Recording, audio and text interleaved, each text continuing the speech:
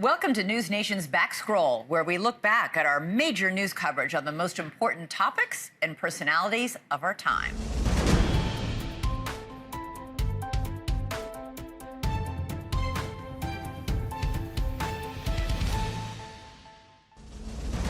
I'm Allie Bradley with NewsNation, and I've been covering the southern border for nearly 4 years. We've been down here talking with law enforcement, working alongside Border Patrol, Texas DPS, other law enforcement. We're also working and talking with the migrants down here. But there's too much to put on TV. So we're giving you this exclusive access every single day. The facts, the history, everything about the border from the border.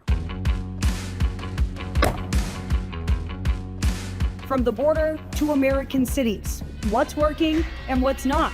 The fight is far from over.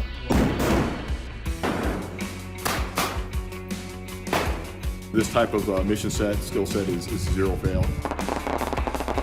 Are you guys getting any kind of directive with these new designations that you're going to be going over to Mexico and having an all-out war with the cartel? For the first time ever, media was given access to a special operations group within Border Patrol. It's called Bortac. It's a unit you don't often hear about because they go after the worst of the worst, hiding in the shadows. They're doing it also in the shadows. Other agencies often get credit for the work that they do. But today, we're taking you inside the headquarters at Fort Bliss, where they train every single day. And their main target, the criminal cartels.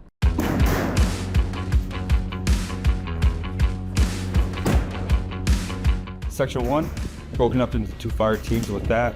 What we're going to do is a HR scenario here where a hostage is in one of the rooms right behind you. The team has to get in there surgically with surgical shots throughout on known assailants throughout this structure. So it's going to be very fast and very loud. And like the commander said, like the violence of action, we essentially, this place will be blowing up. What we're trying to do is take away their focus on this side and hit it from this side. So you'll see a dual team entry on this one. We train this 365 days a year. This is what we train for.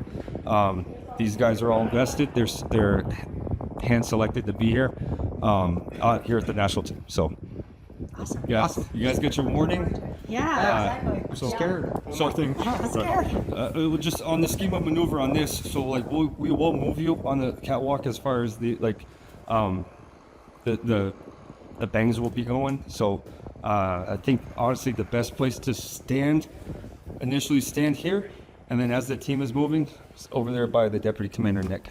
So yes. Okay, so the interior live breaches and soft live explosive charges, but I just want to add, this type of mission set, skill set is zero fail, right?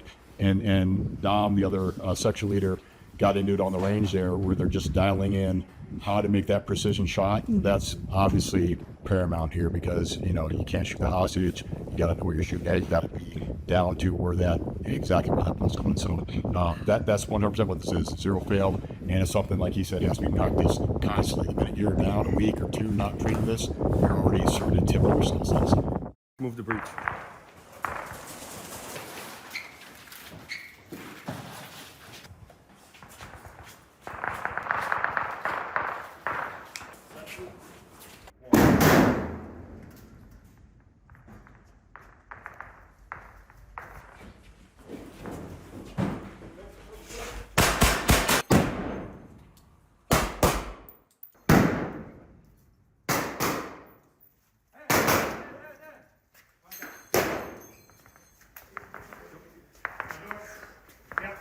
Charge going up. Charge going up. Right here. Shot! My door.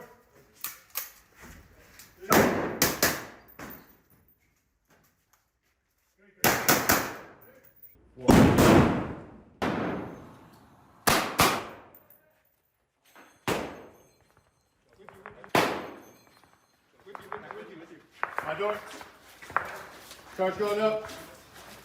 Charge going up. Right here. Shot! My door. Charge going up. Charge going up. Right here.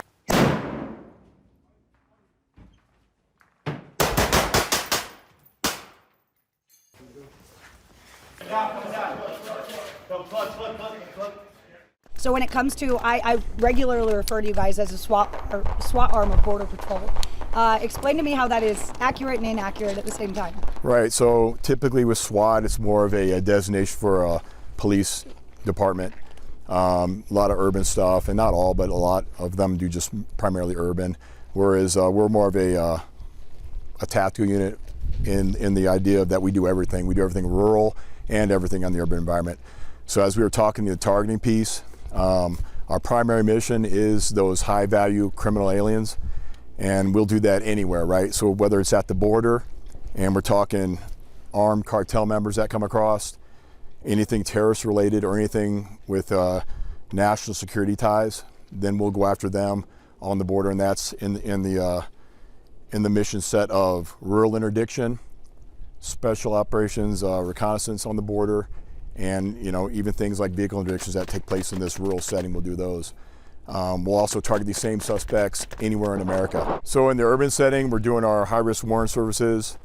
We're doing vehicle takedowns in a more of an urban setting, and then open-air takedowns at areas of opportunity like a gas station or where we can get basically the flank on the adversary. We'll do those as well. So we basically run the gamut of those two operational areas. Now, who do you prioritize as targets, and how do you determine kind of their value, if you will? Right, and a lot of that comes from the intelligence community, our National Targeting Center, our headquarters intelligence group, and they will go through the different target decks and find the ones that are often associated with, a criminal cartel, like Tren de Aragua, which is a big one now, a gang, right?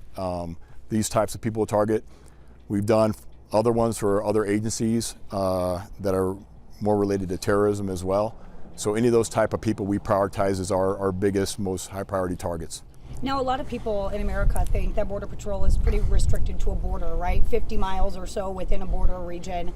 Why are you able to operate in the interior? Why is Bortac able to go after in these manhunts like Daniel Cavalcante, that you guys were able to apprehend that suspect? How are you able to operate across the entire nation with kind of a border nexus? That's exactly what it is. So the manhunts I'll talk about separately, but you just said it. So as long as there's a border nexus, if they cross that border, people or anything illegal that comes across that border, that has a nexus to our authorities. So when we have the authority to go ahead and target them anywhere. And then manhunts, some of those manhunts did have immigration ties, right? So we were really good on those, but we do get requests just to go to manhunts to apply our skill sets in a rural environment. And so then we'll be requested in from another agency to basically assist them in their efforts to get these fugitives. Now, obviously, with the administration, we're seeing the cartel designations, escalating violence over on the south side of the border. Is Bortac doing anything in response to that, or are there any directives to target the cartel specifically on your guys' end? So we've always targeted the cartels. That's nothing new. That's one of our primary missions, is going after the cartels. And so we've continued with that. And right now, as of recent, we're doing that a lot in the interior, in areas like Chicago, North Carolina. We're going after these high value criminal aliens. So that has been our MO, and will continue to be our MO.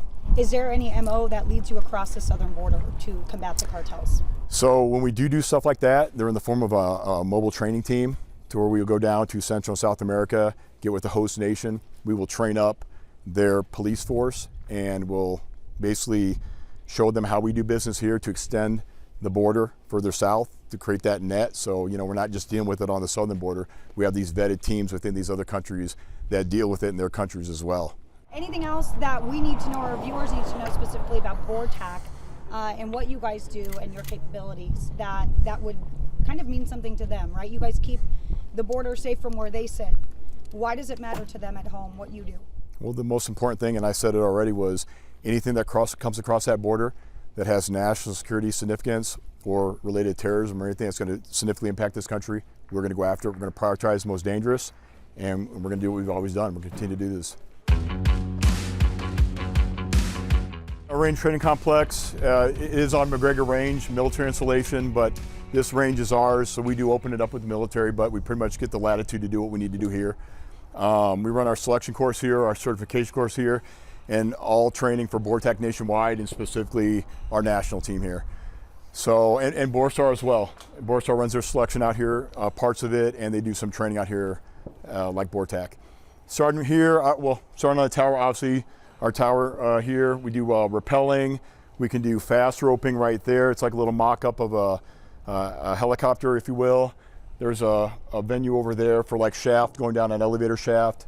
So any kind of stuff of that nature with ropes or anything else, we'll work those pieces here. Out here, we have our kind of multi-purpose range. The snipers use this a lot.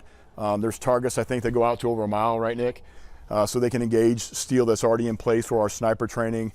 You see the vehicles. We can do any kind of immediate action drills here, set up a variety of different scenarios, whether we're using just troops on the ground to include canines. We'll throw some air pieces in, whether we bring in a helo to fast rope in or use this mock-up here to throw the mobility piece in the training as well. So we use this quite a bit. You guys saw basically the known distance range here, the flat range for basically pistol quals, zeroing your rifles, the standard USBP qual that everybody has to do. We'll conduct that there with the turning targets.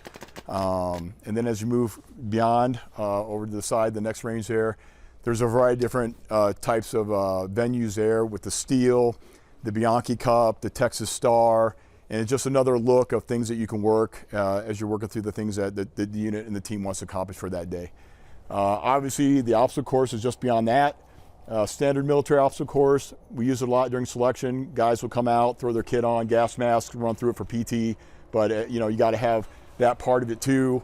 And I kind of back up a minute. You see just before you get to the obstacle course, you see that smaller tower.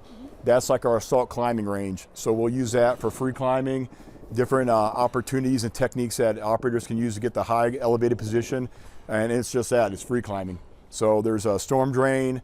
There's different techniques that we use to just get up on a building and get that overwatch at high ground. And then we'll go over to the shoot houses. You can see them, they're covered by the awnings. Those are a 7-structure live fire shoot house complex that the guys will demonstrate a hostage rescue for you guys later today. Just beyond that, you'll see a smaller awning.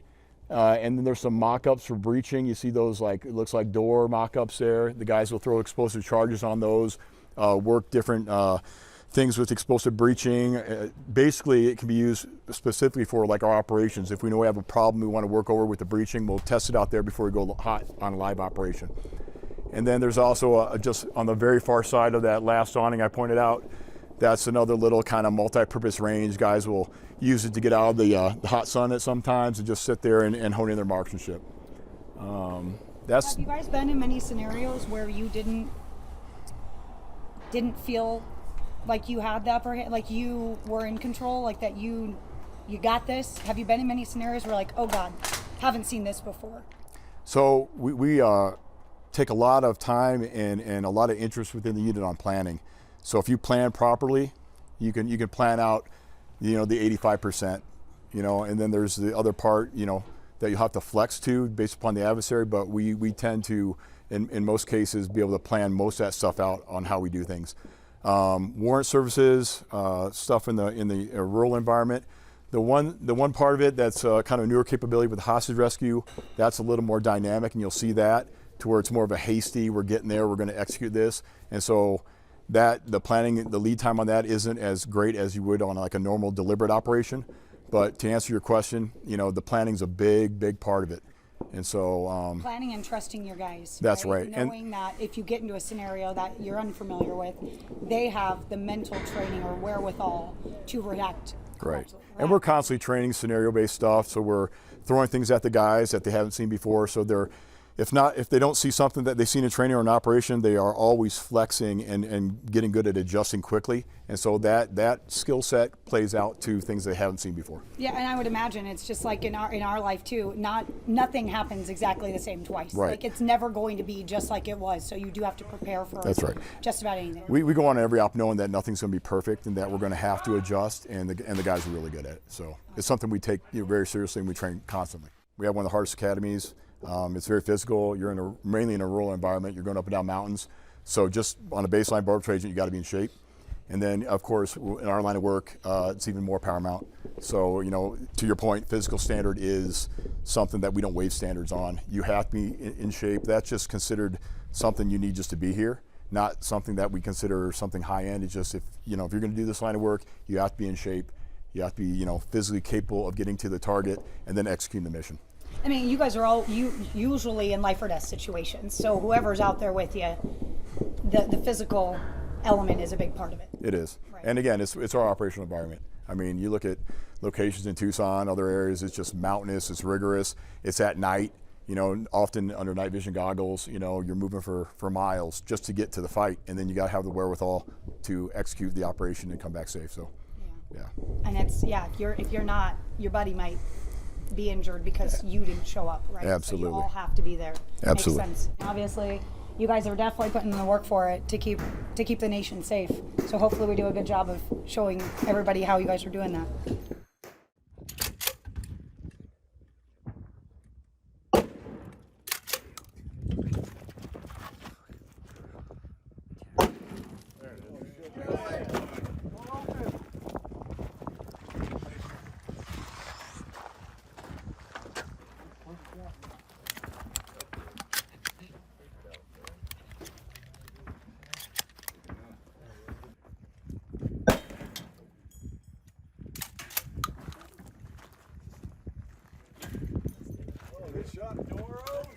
Open.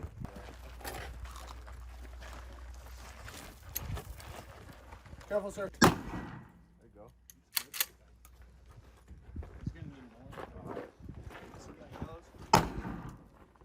That didn't do anything. You were good.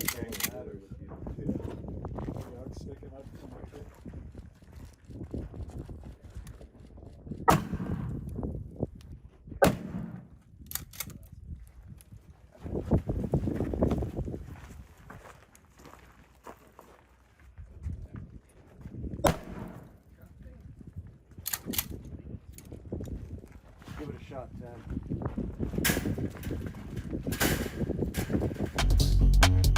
So while we were down there for this training, it was actually a high-stakes hostage simulation training that they were doing, and it's something that they do nearly every day because there's zero room for error. It's a matter of life and death within just seconds, right? So these guys, they have M4s, they have pistols, they have all these different resources, drones, but they say their main tool, the most important thing that they have at their disposal is their team and the training that they have and the principles that they fall on. I said, is there ever a concern that the guy behind you isn't going to have your back? And they said, no, we all know exactly what to do. We all know the mission. We all stand by that mission, and we are all living by our principles. So that was really interesting to hear them talk about that. And I asked them if they'd had any directive to go over to Mexico and fight the cartels under President Trump with these new terrorist designations. And they said, we don't need to go to Mexico. We're fighting them every single day right here on U.S. soil. The DEA has said the cartel is present in all 50 states. So that is actually their number one target, the cartels. They're going after them every day in the United States. Again, other agencies, they work with them all the time. They work with ICE, they work with HSI, FBI. Those agencies are generally the ones that you hear about and see. Bortac, they're responsible for a lot of different high-profile cases, including going after Danilo Cavalcante, who was that fugitive that escaped from prison. Bortac got him. Bortac actually went in a guy who was off duty, shot the Uvalde shooter. That's how that ended. So Bortac is always at the front of things. They're kind of the big guns, if you will, when they call them in. So it was an opportunity for us to see them work in this capacity. But what's really interesting here is their training is so rigorous, a woman has never made it through. All right, now to a violent new threat at our southern border. Cartels employing new tech to target their rivals as well as border agents. They're using weaponized explosive drones as bombs, dropping them on rival cartels. And NewsNation obtaining some new video which shows these drones in action. And it comes amid escalating threats of violence against Border Patrol and U.S. law enforcement. Correspondent Allie Bradley live for us at the border in Del Rio, Texas. So, Allie, what is the mood like where you are? Yeah, hey, Nicole. So to be fully honest here, the energy is a little bit unsettled down at the border lately. Those threats are actually ramping up that energy down here. And I want to be fully honest with our viewers, because I've been down here for nearly 4 years, and not once was I really concerned for my safety. But I actually just got protective gear from our network because things are getting a little unprecedented down here. The cartel is operating in ways that we have not seen before. They're desperate. They're a $13 billion a year industry moving people in the country. And we got new numbers showing the encounter numbers have plummeted. So they're not able to make that money. So they're getting desperate. So we got our hands on some video that shows these drones, these weaponized drones that the cartel is now threatening U.S. Border Patrol and U.S. law enforcement with. That video showing the cartel quite literally dropping a bomb on what is believed to be a rival cartel down there. You see that bomb literally explode, being dropped from a drone. They're getting this. It almost looks like a video game watching this really play out in action. Now, right now, we believe this is a cartel on cartel situation that is about 4 hours south of the Rio Grande Valley on the Mexico side of things. Some reporting claim that these might be Mexican government officials involved in this too, but we have not seen any casualties reported out of the Mexican side of their government. But it is a very clear example of the real threats that are just across the U.S. southern border. So agents right now are telling me that, yeah, they've always faced threats from Mexico, but the violence is escalating with these bomb-wielding drones, and the agency is taking it seriously enough to prompt these warnings about them. Now, we did report last week about these weaponized drones after an alert went out in the Rio Grande Valley sector here in Texas. That reporting prompted this, what you're looking at right now. That memo went out agency-wide following our reports. And Texas DPS Lieutenant Chris Oliveras told Blake Berman on the Hill that this latest warning really shows what these criminal organizations have access to. Now with these drones that have the capabilities of actually dropping explosives, it really shows how much more these cartels have evolved, and the threat level has increased even more so now. It's not just between rival cartels and the military in Mexico, it's also threats against law enforcement. Anytime there's a credible source or credible threat made towards law enforcement from the cartels, we take that very serious, especially when we talk about weaponized drones, how close that we work so close to the border and the close proximity to these cartels, and how we actually come across these cartels on a daily basis by working so close to the border. It's a really volatile situation. Now, Nicole, this all comes as we actually reported back in August on the other side of Arizona, the Sinaloa cartel was battling using these weaponized drones against each other. Now, of course, it wasn't spilling over to the U.S. side, but cause for concern for sure. Now, when I talk to agents, they say at this point, Nicole, they need the military to come in and really be a force here against Mexico and against these cartel members in order to get a hold on this. Of course, this comes as there are reports that a U.S. plane went into Mexican airspace after Pete Hegseth, the new Department of Defense Secretary, was down there, saying all options are on the table in combating the cartel, Nicole. Absolutely. Well, Allie, please stay safe down there. All right, Allie. Thank you. Thanks for watching. Go to joinnn.com to find NewsNation on your screen. And don't forget to click the red subscribe button below to get more of NewsNation's fact-driven, unbiased coverage.